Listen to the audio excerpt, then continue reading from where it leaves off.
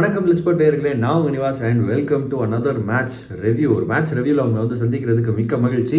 ஆனால் உங்களை சந்திக்கிறதுக்கு மட்டும்தான் இன்றைக்கி மகிழ்ச்சியாக இருக்கே தவிர இந்த மேட்சை ரிவ்யூ பண்ணுறதுல எனக்கு இன்றைக்கி மகிழ்ச்சி இல்லை அப்படின்னே சொல்லலாம். காரணம், இந்தியா மேட்சை தோல்வி அடைஞ்சிட்டாங்க. நம்ம எந்த மேட்சை ரிவ்யூ பண்ண போகிறோம் அப்படின்னு கேட்டால், India versus south Africa 2 match test சீரீஸில் முதல் மேட்சை இந்தியா தோல்வி அடைஞ்சிருக்காங்க. இந்த டெஸ்ட் தொடர இனிமேல் இந்தியாவால் ஜெயிக்கவே முடியாது. ஏன்னா இருக்கிறதே 2 மேட்ச், அதில் ஒன்று இப்போ தோல்வி அடைஞ்சாச்சு. அப்படின்றப்ப அடுத்த மேட்ச் ஜெயிச்சா நம்மளால் இந்த சீரீஸை காப்பாற்றி டிராவுக்கு தான் கொண்டு வர முடியுமே தவிர இந்த சீரீஸை நம்மளால இனிமேல் ஜெயிக்க முடியாது அப்படின்ற சிச்சுவேஷன் வந்துருச்சு அப்படின்றத நம்ம பார்க்குறோம். மேட்ச் எங்கே நடந்துச்சு அப்படின்னு கேட்டால், மெக்கா ஆஃப் இந்தியன் கிரிக்கெட்டான ஈடன் கார்டன்ஸ், இந்தியாவுடைய ஓல்டஸ்ட் ஸ்டேடியம், ரொம்ப ஹிஸ்டாரிக்கான ஒரு வென்யூ. அண்ட் ஈடன் கார்டன்ஸை பொறுத்த வரைக்கும் இந்த மேட்சை விட்டுருக்கேன், ஜென்ரலாக ஆவரேஜாக ஈடன் கார்டன்ஸ் எப்படி பெர்ஃபார்ம் பண்ணியிருக்கு அப்படின்னு கேட்டால், ஃபர்ஸ்ட் இன்னிங்ஸ் பேட்டிங் ஸ்கோர் அப்படின்றது 300க்கும் மேலே ஆவரேஜாக.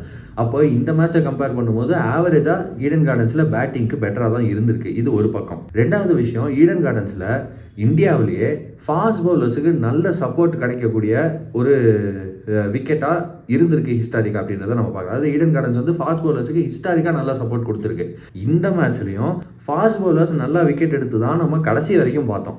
கடைசி இன்னிங்ஸ் வரைக்குமே ஃபாஸ்ட் பவுலர்ஸுக்கு ஒரு நல்ல பர்ச்சேஸ் இந்த விக்கெட்ல இருந்து கிடைச்சிக்கிட்டே இருந்துச்சு. பெருசா பவுன்ஸோ பேஸோ ஆஃப் த விக்கெட் இல்லை அப்படின்னாலும், லோ கேப்டா இருந்தாலும் ரிவர்ஸ் ஸ்விங் நல்லாவே ஆஃபர் பண்ணுச்சு அப்படின்றத நம்ம பார்த்தோம். 2 டீமோட ஃபாஸ்ட் பவுலர்ஸுமே நிறைய நல்லா பெர்ஃபார்ம் பண்ணியிருந்தாங்க.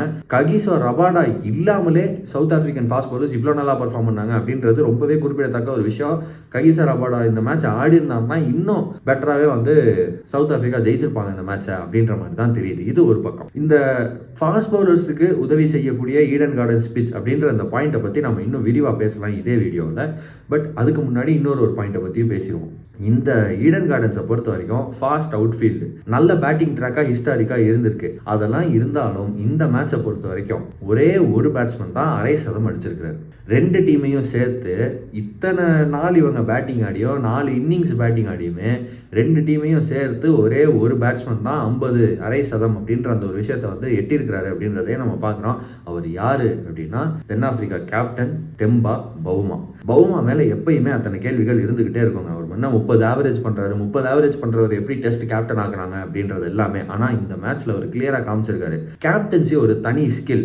அந்த ஸ்கில் தெம்பா பவுமா கிட்ட நிறையவே இருக்கு. ஆனால் அது ஒரு பக்கம். மெயினான விஷயம் அவர்கிட்ட இருக்கிறது என்ன அப்படின்னா, ஒரு காம் ஹெட் வச்சிருக்கிறாரு. அந்த காம் ஹெட்னால எந்த ஒரு டயத்துலையும் என்ன மாதிரி நிலைமையில என்ன மாதிரி இக்கட்டான சுச்சுவேஷன்ல அவங்க டீம் இருந்தாலும் அந்த இடத்துல இருந்து அந்த டீம் அவங்களால ஏதோ ஒரு விஷயம் செஞ்சு அந்த இடத்துல இருந்து அந்த டீமை மீட்டு கொண்டு வர முடியுது அப்படின்றத நம்ம பார்க்குறோம். அந்த ஒரு காம்னஸ் அவர்கிட்ட இருக்கு. ஐயோ என்னடா இது, இத்தனை விக்கெட் போயிடுச்சு, இந்த மேட்சை ஜெயிக்க போறோமான்ற பதட்டம் இல்லாமல் அதுக்கு மாறா காமாக இருக்கிறதுனால அவரால் நல்ல டெசிஷன்ஸ் எடுக்க முடியுது. இது அவருடைய பேட்டிங்கில் கிளியராக தெரிஞ்சிச்சு. 55 ரன் அவர் அடித்தது ரொம்பவே முக்கியமான இன்னிங்ஸாக மாறுச்சு. இன்ஃபேக்ட் அவர் ரெட்டிங்கர் அப்படின்னா நாட் அவுட்டில் முடிச்சார் அந்த இன்னிங்ஸ் அப்படின்றத நம்ம பார்க்குறோம். இந்த மாதிரியான ஒரு அற்புதமான இன்னிங்ஸை நம்ம தெம்பா பவுமா கிட்டேருந்து பார்த்தோம்.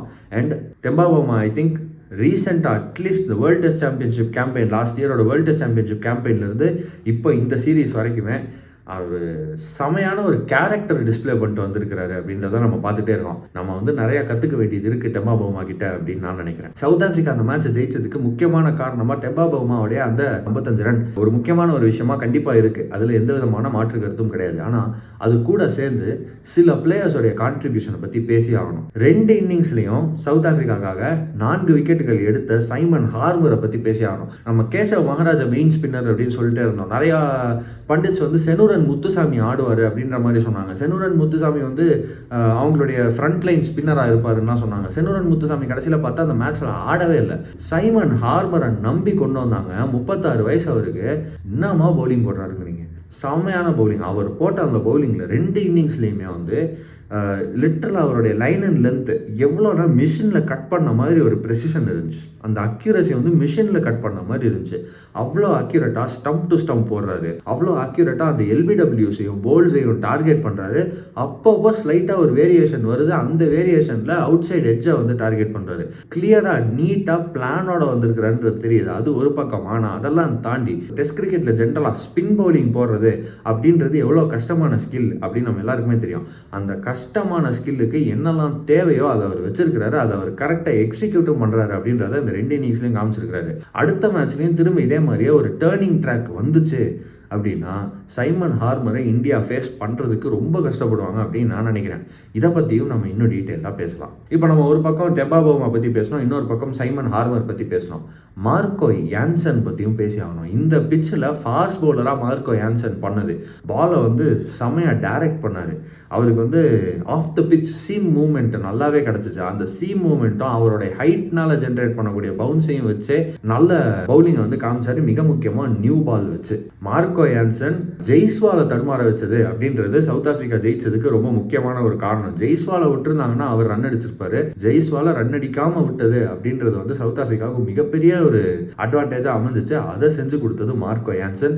ஸோ அவரும் இந்த வெற்றிக்கு ரொம்ப முக்கியமான ஒரு புள்ளியா இருப்பாரு அப்படின்றதுல எந்த விதமான டவுட்டுமே கிடையாது. ஃபர்ஸ்ட் இன்னிங்ஸ்ல சவுத் ஆப்பிரிக்கா 159 தான் அடிச்சாங்க. 200 கூட அடிக்கலையே, ரொம்ப கம்மியான ஸ்கோர் அடிச்சிருக்காங்களே, பரவாயில்ல, இந்தியா இதை விட பெட்டரா ஆடிடுவாங்க, நம்ம கண்டிப்பா ஒரு நல்ல சான்ஸ் இருக்குது இந்த மேட்ச்சை ஜெயிக்க அப்படின்னு தான் நம்ம எல்லாருமே நினச்சோம். ஃபர்ஸ்ட் இன்னிங்ஸில் பார்த்தீங்கன்னா வியான் முல்டரோட ஒரு 20 ரன்ஸும் எய்டன் மார்க்ரமோட ஒரு 30 ரன்ஸும் தான் சவுத் ஆஃப்ரிக்காவுக்கு ஒரு சைசபிள் பார்ட்னர்ஷிப்னு சொல்லலாம், இல்லை ஒரு சைசபிள் பேட்டிங் கான்ட்ரிபியூஷன் அப்படின்னே சொல்லலாம். வேற எந்த பிளேயர்கிட்ட இருந்தும் இந்த மாதிரியான ஒரு கான்ட்ரிபியூஷனே வரல பேட்டிங்கில் அப்படின்றத நம்ம பார்த்தோம். செகண்ட் இன்னிங்ஸ் இந்தியா ஆட ஆரம்பிச்சதுக்கு அப்புறம் தான் தெரியுது, இல்லை நாம எதுவும் அபாரமாக பவுலிங் போட்டோம், இல்லை சவுத் ஆஃப்ரிக்கா ரொம்ப மோசமாக பேட்டிங் ஆடியோலாம் இந்த 159 ஃபர்ஸ்ட் இன்னிங்ஸில் வரல, நம்மளும் அப்படிதான் ஆடிட்டு இருக்கோம், பிச்சும் அப்படிதான் இருக்கு அப்படின்றத நமக்கு செகண்ட் இன்னிங்ஸ்ல தான் தெரிய வந்துச்சு. ஆனாலும் ஃபர்ஸ்ட் இன்னிங்ஸ்ல பும்ரா ஒரு 5 எடுத்தாரு. மறுபடியும் நம்ம ஃபர்ஸ்ட் இன்னிங்ஸை இன்னும் டீடைலா பார்த்தோம். முக்கியமா இந்தியாவுடைய பவுலிங்கை பார்த்தோம் அப்படின்னா அதுக்கு முன்னாடி நம்ம மேட்சோடைய டீம் செலக்ஷனை பத்தி பேசி ஆகணும் அப்படின்னு நான் நினைக்கிறேன். டீம் செலக்ஷன் அப்படின்றப்ப இந்தியா என்ன 11ஓட போயிருக்கிறாங்க அப்படின்றத பார்க்கறதுக்கு நான் ரொம்ப ஆவலா காத்துட்டு இருந்தேன். மேட்ச் அந்த டாஸ் ஸ்டார்ட் ஆகிற டயத்துல எடுத்து பார்க்கும்போது தாங்க தெரியுது சாய் சுதர்ஷன் இல்லை அப்படின்ட்டாங்க. அப்போ ஓப்பனிங்ல யார் வராங்கன்னு பார்த்தா KL ராகுல், ஜெய்ஸ்வால். இது நமக்கு தெரிஞ்ச விஷயம். Fixed opening partnership, good thing. Number 3ல வாஷிங்டன் சுந்தர்னு பேர் போட்டுருந்துச்சு. என்னடா அது, ஆல்ரவுண்டர் நம்பர் 3ல ஆடுறாரா? அதாவது புஜாராவும் டிராவிடும் பல வருஷமா டெஸ்ட் கிரிக்கெட்ல ஆடின அந்த நம்பர் 3 பொசிஷன். ஒரு சாலிட் பேட்ஸ்மேன், டெக்னிக் நல்லா இருக்கக்கூடிய பேட்ஸ்மேன், அண்ட் ரொம்ப முக்கியமான விஷயம் ஒரு ஃபுல் டைம் பேட்ஸ்மேன் ஆடுற ஒரு பொசிஷனாக அது இருந்துச்சு. அப்படி இல்லாமல் இப்போ வாஷிங்டன் சுந்தர் அந்த இடத்துல ஆடுறாரா அப்படின்ற ஒரு கேள்வி இருந்துச்சு. வாஷிங்டன் சுந்தரோட திறமை மேலே உள்ள கேள்வி கிடையாது. வாஷிங்டன் சுந்தர் ஒரு கேப்பபிள் பேட்ஸ்மேன் தான், ஆனால் அவர் ஒரு ஆல்ரவுண்டர் அப்படின்றது அவங்களுடைய பேட்டிங் எபிலிட்டி இதெல்லாம் கூட அடுத்த பிரச்சனை. அதாவது வாஷிங்டன் சுந்தர் கிட்ட பேட்டிங் எபிலிட்டி இருக்கா இல்லையான்னு கேட்டிங்கன்னா கண்டிப்பாக இருக்குது, அது பிரச்சனை இல்லை. ஆனால் அவர் ஒரு ஆல்ரவுண்டர் அப்படின்னு நம்ம ஏன் மறுபடியும் சொல்கிறோம் அப்படின்னா, ப்ராக்டிஸ் செஷன் 3 மணி நேரம் ப்ராக்டிஸ் பண்ணுறாங்கன்னு வைங்க ஒரு நாளைக்கு. அந்த 3 மணி நேரத்தில் அவர் ஒரு 1 மணி நேரம் அவருடைய பவுலிங் ப்ராக்டிஸுக்கு ஒதுக்கியே ஆகணும். மீதி 2 மணி நேரம் தான் அவர் பேட்டிங்கு ப்ராக்டிஸ் பண்ண முடியும். இதே ஒரு ப்ராப்பர் பேட்ஸ்மேனாக இருந்தால் அவங்களுக்கு 3 மணி நேரம் ப்ராக்டிஸ் பண்ண கிடச்சிச்சுன்னா அவங்க 3 மணி நேரமும் பேட்டிங்கில் தான் ப்ராக்டிஸ் பண்ணுவாங்க. அந்த பேட்டிங் ப்ராக்டிஸை முடிச்சுட்டு தான் அவங்க ஃபீல்டிங் ப்ராக்டிஸ் போவாங்க. ஆனால் ஒரு ஆல்ரவுண்டர் அப்படின்னா அவங்க அந்த ஃபீல்டிங் ப்ராக்டிஸ்லேயும் இருக்கணும், பேட்டிங் ப்ராக்டிஸ் பண்ணணும், பவுலிங் ப்ராக்டிஸ் பண்ணணும். டோட்டலாகவே 3 hours தான் டீமுக்கு கிடைக்குதுன்ற மாதிரியான ஒரு சுச்சுவேஷன் வந்துச்சு அப்படின்னா, ஒரு எக்ஸாம்பிளுக்கு 3 hours சொல்கிறேன், அப்படி ஒரு சுச்சுவேஷன் வந்துச்சு அப்படின்னா அந்த முழு 3 மணி நேரமும் ஒரு ஸ்கில்லில் அவங்களால ஃபோக்கஸ் பண்ண முடியாது.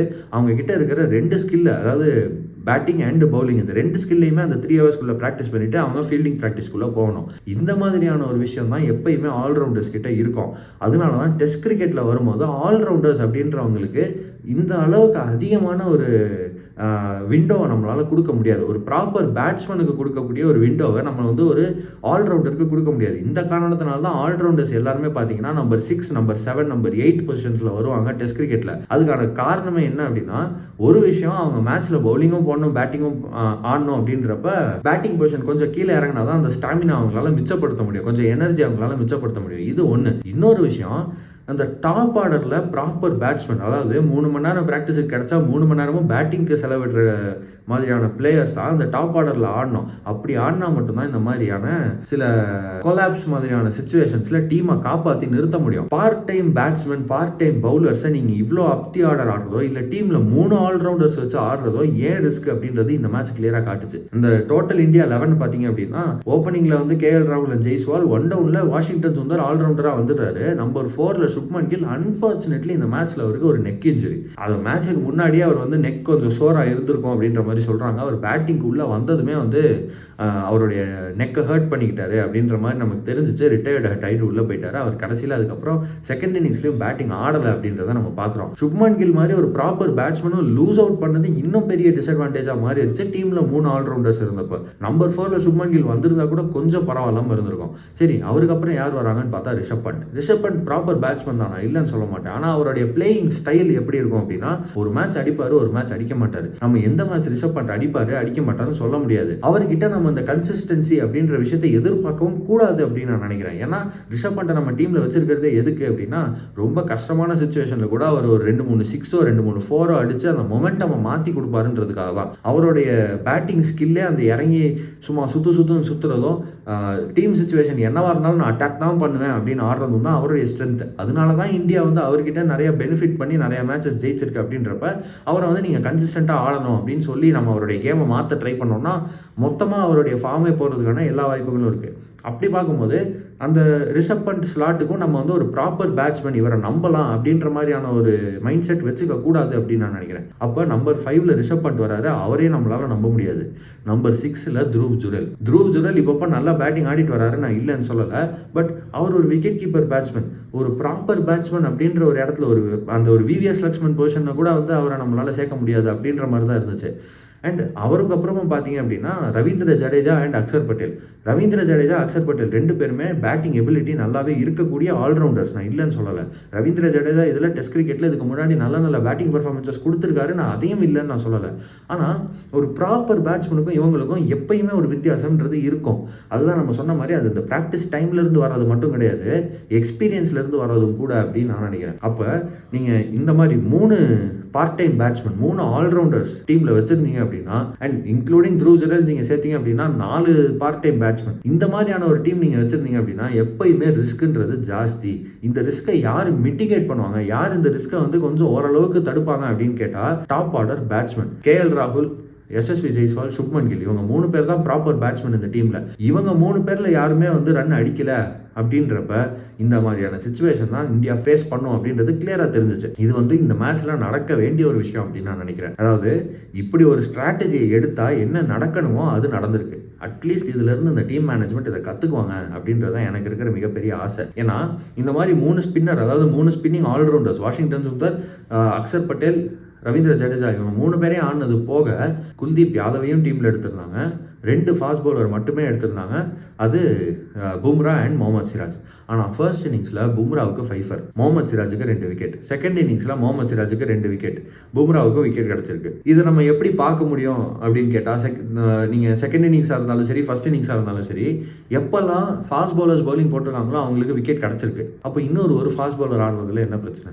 ஏற்கனவே 3 ஸ்பின்னர்ஸ் நம்ம வந்து ஆல்ரவுண்டர்ஸாக டீமில் வச்சுருக்கோன்றப்போ ஒரு ஃபாஸ்ட் பவுலர் நம்ம ஏன் ஆடலை அப்படின்ற ஒரு கேள்வி நம்ம பவுலிங் போடும்போது இருந்துச்சு. நம்ம பேட்டிங் ஆடும்போது 3 ஆல்ரவுண்டர்ஸ் டீமில் எடுத்திருக்கீங்க, 3 பவுலர்ஸ் எடுத்திருக்கீங்க, who are Kuldeep Yadav, Bumrah and Siraj. ஏன் 3 ஆல்ரவுண்டர்? அட்லீஸ்ட் ஒரு ப்ராப்பர் பேட்ஸ்மேனாவது எடுத்துருக்கலாமே அப்படின்ற கேள்வியும் வந்துச்சு. ஓவராலாக பார்க்கும்போது இது நம்ம டீமுடைய ஃபிலாசபி மேலே இருக்கிற ஒரு கேள்வியாக தான் நான் பார்க்குறேன். கௌதம் கம்பீர் உள்ளே வந்ததுக்கப்புறம் டீம் எப்படி மாறி இருக்கு அப்படின்னா, அவர் வந்து ஒரு லாங் பேட்டிங் ஆர்டர் வேணும்னு பார்க்குறாரு. ஆனால் அன்ஃபார்ச்சுனேட்லி அவருக்கு வந்து அந்த லாங் பேட்டிங் ஆர்டரில் நிறைய பேட்ஸ்மேன் இருக்கணும் அப்படின்றத விட பார்ட் டைமர்ஸ் நிறையா வேணும் அப்படின்ற மாதிரியான ஒரு ஐடியா இருக்குது. அது மட்டும் இல்லாமல் T20ல் ஒர்க் ஆகக்கூடிய எக்ஸ்பெரிமெண்ட்ஸ் எல்லாம் அவங்க வந்து ரெகுலராக எல்லா ஃபார்மேட்ஸ்லையும் பண்ணிட்டு இருக்காங்கன்றதை பார்க்குறோம். ஆனால் அது அன்ஃபார்ச்சுனேட்லி ODI அண்ட் டெஸ்ட் மாதிரியான லாங்கர் ஃபார்மேட்ஸில் ஒர்க் ஆக மாட்டேங்குது. மிக முக்கியமாக டெஸ்ட் மேட்சஸில் கடைசி 6 டெஸ்ட் மேட்சும் கௌதம் கம்பீரோட கோச்சிங்கில் தான் வந்திருக்கு. இந்த கடைசி 6 டெஸ்ட் மேட்ச்சில் 2 டெஸ்ட் மேட்சஸ் தான் இந்தியா ஜெயிச்சிருக்கு. அந்த 2 யாரோடன்னு பார்த்தீங்கன்னா வெஸ்ட் இண்டீஸோட. ஆனால் இந்த மீதி உள்ள 4 டெஸ்ட் மேட்சஸில் தோல்வி அடைஞ்ச 4 டெஸ்ட் மேட்சஸில் இந்த மேட்ச் சவுத் ஆஃப்ரிக்காவுக்கு அகேன்ஸ்டாக, இதுக்கு முன்னாடி நடந்த 3 மேட்ச் வந்து ஒரு 3 match test series against New Zealand. நம்ம உதப்பட்டோம் அப்படின்றது மட்டும் கிடையாது, அது நம்ம லூஸ் பண்ணோன்றது மட்டும் இல்லை, ஒயிட் வாஷ் ஆனோம். 3 மேட்சுமே தோல்வி அடைஞ்சு ஒயிட் வாஷ் ஆன, அதாவது 18 வருஷத்துக்கு அப்புறம் இந்தியாவில் ஒரு சீரீஸ், ஹோம் சீரீஸ் தோக்குறது மட்டும் இல்லை, ஒயிட் வாஷ்லாம் இருக்குது. அந்த மாதிரியான ஒரு சீரீஸுக்கு அப்புறம் இப்போ திரும்ப சவுத் ஆஃப்ரிக்காவோட இந்த சீரீஸும் 2 மேட்ச் தான், அடுத்த மேட்சும் தோல்வி அடைஞ்சோம்னா ஒயிட் வாஷ். அதுக்கான ரிஸ்க் ரொம்பவே அதிகமாக இருக்குது அப்படின்னு நான் பார்க்குறேன். இது எல்லாமே அதிகமாக நடக்கிறதுக்கான ரீசனு இந்த கரண்ட் டீம் மேனேஜ்மெண்ட் வந்து ஷார்ட்டர் ஃபார்மேட்ஸை மேனேஜ் பண்ணுற மாதிரியே டெஸ்ட் ஃபார்மேட்டையும் மேனேஜ் பண்ணுறாங்க அப்படின்றது தான் ரொம்பவே அன்ஃபார்ச்சுனேட்டான ஒரு விஷயம். இந்த வாஷிங்டன் சுந்தர் அட் நம்பர் 3, நம்ம மறுபடியும் வாஷிங்டன் சுந்தரை நம்ம கேள்வியே கேட்கல. அவர் ஒரு நல்ல பிளேயர், அதில் எந்த விதமான டவுட்டுமே கிடையாது. ஆனால் வாஷிங்டன் சுந்தரை நம்பர் 3ல ஆடுறதுன்ற அந்த எக்ஸ்பெரிமெண்ட் வந்து எப்போ ஒர்க் ஆகும் அப்படின்னா, அட்லீஸ்ட் உங்களுக்கு lower down the order proper batsman இருக்காங்க அப்படின்னா ஒர்க் ஆகும். நீங்கள் சவுத் ஆஃப்ரிக்கா எடுத்து பாருங்கள், வியான் முல்டர் அவங்க நம்பர் 3 அனுப்புகிறாங்க. அவங்க வியான் முல்டரை 3ல அனுப்புனா நம்ம ஏன் வாஷிங்டன் சுந்தர் அனுப்பக்கூடாது அப்படின்ற கேள்வி நியாயமானது. ஆனால் அதையும் நீங்கள் வந்து இன் கான்டெக்ஸ்ட் அந்த டீமை நீங்கள் எடுத்து பார்த்தீங்க அப்படின்னா, வியான் முல்டருக்கு அப்புறம் டெம்பா பவுமா வராரு, ப்ராப்பர் பேட்ஸ்மேன். டெம்பா பவுமாக்கு அப்புறம் ட்ரைஸ்டன் ஸ்டப்ஸ் வராரு, ப்ராப்பர் பேட்ஸ்மேன். கைல் வெரைனா வரைக்கும் எல்லாருமே ப்ராப்பராக பேட்டிங் ஆடக்கூடிய பிளேயர்ஸாக தான் இருக்காங்க. இன்ஃபேக்ட் வந்து இதுக்கு முன்னாடி உள்ள அவங்களுடைய டீம் இதை விட பெட்டராக இருந்துச்சு அப்படின்றத நம்ம பார்த்தோம். அந்த மாதிரி உங்களுக்கு அடுத்து வரக்கூடிய மிடில் ஆர்டரில் ப்ராப்பர் பேட்ஸ்மேன் இருக்காங்கன்னா நீங்கள் ஒரு ரிஸ்க் எடுத்து இந்த ஆல்ரவுண்டரை நீங்கள் அப்படி ஆர்டர் அனுப்பலாம். வாஷிங்டன் சுந்தரை நீங்கள் 3ல ஆடுறீங்க அப்படின்னா, நம்பர் 4ல சுப்மன் கில், நம்பர் 5ல ரிஷப் பண்ட்டுக்கு அப்புறம் நம்பர் 6ல் ஒரு ப்ராப்பர் பேட்ஸ்மேன் உங்களுக்கு ஆடி இருக்கணும். நம்பர் 6ல் ஒரு ப்ராப்பர் பேட்ஸ்மேன் உங்களுக்கு ஆடலையா, வாஷிங்டன் சுந்தரை நீங்கள் 6ல ஆடுங்க, நம்பர் 3ல ஒரு ப்ராப்பர் பேட்ஸ்மேன் ஆடுங்க. போன மேட்ச் வரைக்கும் சாய் சுதர்ஷன் ஆடிட்டு இருந்தாங்க. சாய் சுதர்ஷனுடைய பர்ஃபார்மன்ஸ் மேலே உங்களுக்கு கேள்வி இருக்குது அப்படின்னா, அவரை ப்ராப்பர் பேட்ஸ்மேனை வச்சு ரீப்ளேஸ் பண்ணுங்க. அபிமன்யு ஈஸ்வரன் ஒருத்தர் ரொம்ப வருஷமாக டீமில் சும்மா எடுத்து வச்சுட்டு அவர் ஆடாமலே வச்சு கடைசியில் இப்போ அவரை வந்து நம்ம இந்தியன் டீமை விட்டே வெளில அனுப்பிட்டோம். அவர் இனிமேல் வந்து ஃபர்ஸ்ட் கிளாஸ் ஆடுவாரா, இந்தியா ஏ ஆடுவாரா, அவர் மறுபடியும் ஃபர்ஸ்ட் கிளாஸு இந்தியா ஏன்னு ஆடிட்டு திரும்ப அவருக்கு இந்தியன் டீம் சான்ஸ் கிடைக்குமா, இதெல்லாம் நமக்கு தெரியாது. இப்படி ஒரு சுச்சுவேஷன் இருக்குது. அபிமன்யு ஈஸ்வரனுக்கு அந்த நம்பர் 3ல சான்ஸ் கிடச்சிருக்கணும் இல்லையா? தேவ்தத் படிக்கல நீங்கள் வந்து சாய் சுதர்ஷனுக்கு ஒரு ரீப்ளேஸ்மெண்ட்டாக எடுத்திருக்கீங்கல்ல, தேவ்தத் படிக்கலையாவது அந்த நம்பர் 3ல ஆடுங்க அப்படின்றதான் நம்ம சொல்கிறோம். வாஷிங்டன் சுந்தர் டீமில் ஆடுறதுக்கு எதிராக நம்ம எதுவும் பேசவே இல்லை. அவர் டீமில் ஆடணும். இன்ஃபேக்ட் இந்த மேட்ச்சில் வந்து இந்தியா பேட்டிங் ஆடின 2 இன்னிங்ஸுமே வாஷிங்டன் சுந்தர் நல்லா தான் பேட்டிங் ஆடினார். ஆனால் நீங்கள் வாஷிங்டன் சுந்தர் 3ல ஆடினா நம்பர் 6ல் தேவ்தத் படிக்கலையோ இல்லை அபிமன்யு ஈஸ்வரன் மாதிரி ஒரு ப்ராப்பரான பேட்ஸ்மேனாக ஆடுங்க. சாய் சுதர்ஷன் மாதிரி ஒரு ப்ராப்பரான பேட்ஸ்மேனை நீங்கள் டவுன் தி ஆர்டர் ஆடுங்க. நீங்கள் down the order proper batsman ஆடலை அப்படின்னா நீங்கள் நம்பர் 3லயாவது ப்ராப்பர் பேட்ஸ்மேன் ஆடி ஆகணும். ஆனால் அன்ஃபார்ச்சுனேட்லி இந்த மாதிரியான ஒரு எக்ஸ்பெரிமெண்ட்டுன்றது ஒர்க்கே ஆகாதுன்றது கிளியராக தெரிஞ்சு போச்சு அப்படின்னு நான் சொல்கிறேன். 3 ஆல்ரவுண்டர்ஸ்லாம் நம்ம டீமில் வச்சுக்கவே முடியாது. 3 ஆல்ரவுண்டர்ஸ் போக 2 விக்கெட் கீப்பர் பேட்ஸ்மேன்லாம் டீமில் வச்சிருக்கிறதுன்றது ரொம்பவே அபத்தமான ஒரு விஷயம். இந்த மாதிரியான டேர்னிங் ட்ராக்ஸ் தான் கொடுக்க போகிறீங்க, பேட்டிங் பிச் நீங்கள் கொடுக்க மாட்டீங்க அப்படின்னா இந்த மாதிரியான டீம்லாம் எடுத்து எக்ஸ்பெரிமெண்ட் பண்ணுறதுல எந்த விதமான பாயிண்ட்டுமே கிடையாது. இது இந்த மேனேஜ்மெண்ட் எப்போ ரியலைஸ் பண்ணுறாங்களோ அப்போ தான் ஜெயிக்க ஆரம்பிப்பாங்க அப்படின்னு நான் நினைக்கிறேன். ஓவராலாக இந்த மேட்ச்சில் தாங்க நடந்துச்சு. ஃபர்ஸ்ட் இன்னிங்ஸில் பார்த்தா பேசர்ஸுக்கு விக்கெட் விடுது, ஆனால் நம்ம கிட்ட 2 பேசர்ஸ் தான் இருந்தாங்க. அடுத்து நாம பேட்டிங் ஆடும்போது பார்த்தா டக்குன்னு விக்கெட்ஸ் விழுந்துக்கிட்டே இருக்குது. அந்த கொலாப்ஸை வந்து தடுத்து நிறுத்துறதுக்கும் தெம்பா பவுமா ஆடின மாதிரி ஒரு 150 பால் ஆடி ஒரு 50 ரன் அடிக்கிற அந்த கிரைண்ட் பண்ணக்கூடிய ஒரு குவாலிட்டி இருக்கக்கூடிய பேட்ஸ்மேன் யாராவது இருக்காங்களான்னு பார்த்தா எல்லாம் ஆல்ரவுண்டர்ஸாக இருக்காங்க. நிறையா ஸ்பின்னர் எடுத்து வச்சிருக்காங்க. அண்ட் ரொம்ப முக்கியமான விஷயம், on the last day of play மார்னிங்கில் வந்து சவுத் ஆஃப்ரிக்கா நிறைய ரன்ஸ் எடுத்தாங்க. யார் இந்த பார்ட்னர்ஷிப் போட்டாங்க அப்படின்னா தெம்பா பவுமாவும் கார்பின் பாஷா அவுட் எடுக்க முடியலங்க ரொம்ப நேரமா.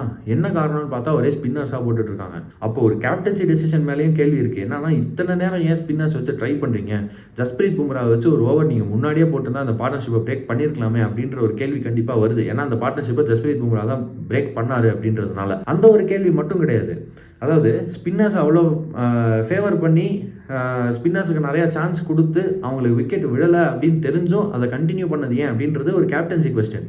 ஆனால் டீமில் எங்கே திரும்பினாலும் ஸ்பின்னர்ஸாக இருந்தாங்கன்னா இவங்க என்ன பண்ணுவாங்க? இருக்கிறதே 2 பேசர் தானே, இருக்கிறது முகமது சிராஜும் ஜஸ்பிரீத் பும்ராவும் தான். எத்தனை ஓவர் அவங்களால போட முடியும்? பும்ரா ஏற்கனவே ஃபர்ஸ்ட் இன்னிங்ஸில் நிறையா ஓவர் போட்டார். அவர் ஒரு லாங் 7-8 ஓவர் ஸ்பெல் போட்டார். அந்த 7 ஓவர் ஸ்பெல் 8 ஓவர் ஸ்பெல்லாம் பும்ரா வந்து ரீசெண்ட் டைம்ஸில் போடுறதே கிடையாது. அப்படி அவர் போட்டார்னா அடுத்த மேட்ச் அவர் இன்ஜூர் ஆகிறதுக்கான ரிஸ்க் ரொம்ப ஜாஸ்தியாக இருக்குது. அப்படி இருக்கும்போது ஒரு கேப்டனாக எத்தனை ஓவருக்கு மறுபடியும் பும்ராவை கொண்டு வர முடியும்?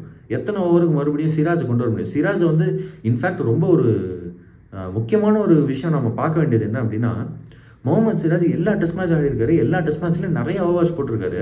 இந்த விஷயம் நடந்து இப்போ லாஸ்ட் ஒரு ஓடிஐ சீரீஸ் நடந்து முடிச்சுட்டு திரும்ப இவங்க இந்தியாவுக்கு வந்து இந்த சவுத் ஆஃப்ரிக்கா டெஸ்ட் ஆரம்பிக்கிறதுக்கு முன்னாடி ஒரு இந்தியா ஏ டெஸ்ட் மேட்ச்ல சிராஜ் ஆடி இருக்காரு. India A practice game versus South Africa A இந்த மேட்ச்ல சிராஜ் ஆட வேண்டியதுக்கான காரணம் என்ன, கட்டாயம் என்ன?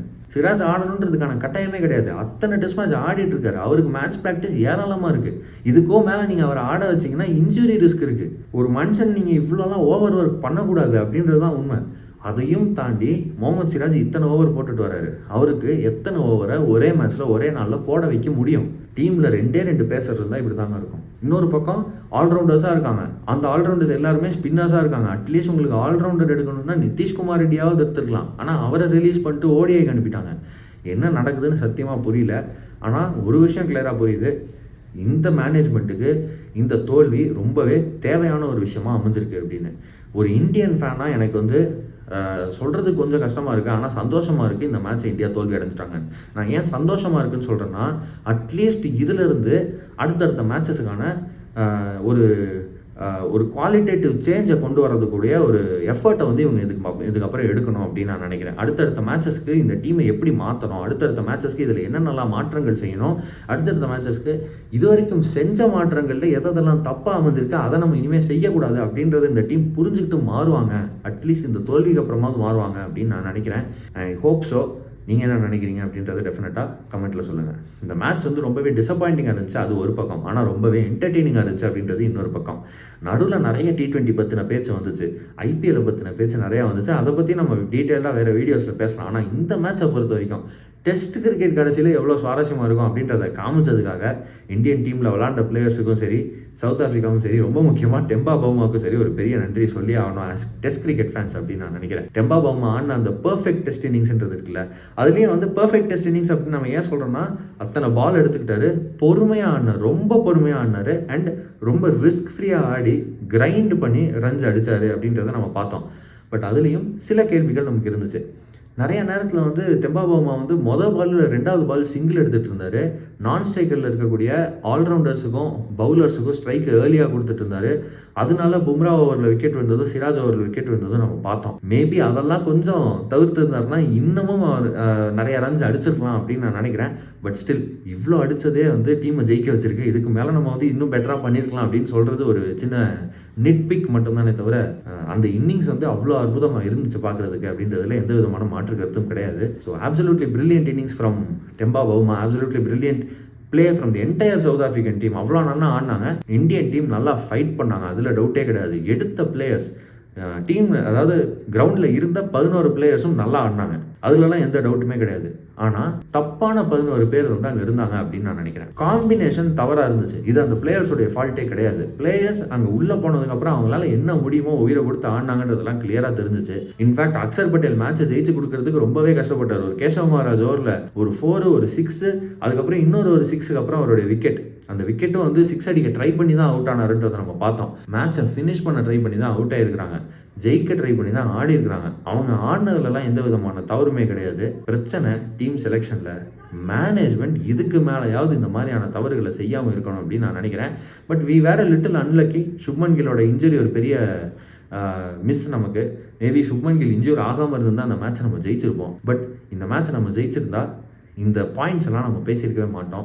இந்த மேட்சை ஜெயிச்சிருந்தா இந்தியா ஏன் இவ்வளோ ஆல்ரவுண்டர்ஸ் ஆடுறாங்க, இவ்வளோ பார்ட் டைம் பேட்ஸ்மேன் ஆடுறதுனால என்னென்னலாம் பிரச்சனைகள் வரும் அப்படின்றத நம்மளால் வந்து அனலைஸே பண்ண முடியாமல் போயிருக்கோம். I think this loss is for a good thing. Something good will come out of this loss அப்படின்னு நான் நினைக்கிறேன். பொறுத்து வந்து பார்க்கலாம் என்ன நடக்குது அப்படின்னு. அடுத்த டெஸ்ட் மேட்சோடைய ப்ரிவியூவில் உங்களை வந்து நான் சந்திக்கிற வரைக்கும், until then please thank you for வாட்சிங், keep supporting let's sport and நன்றி.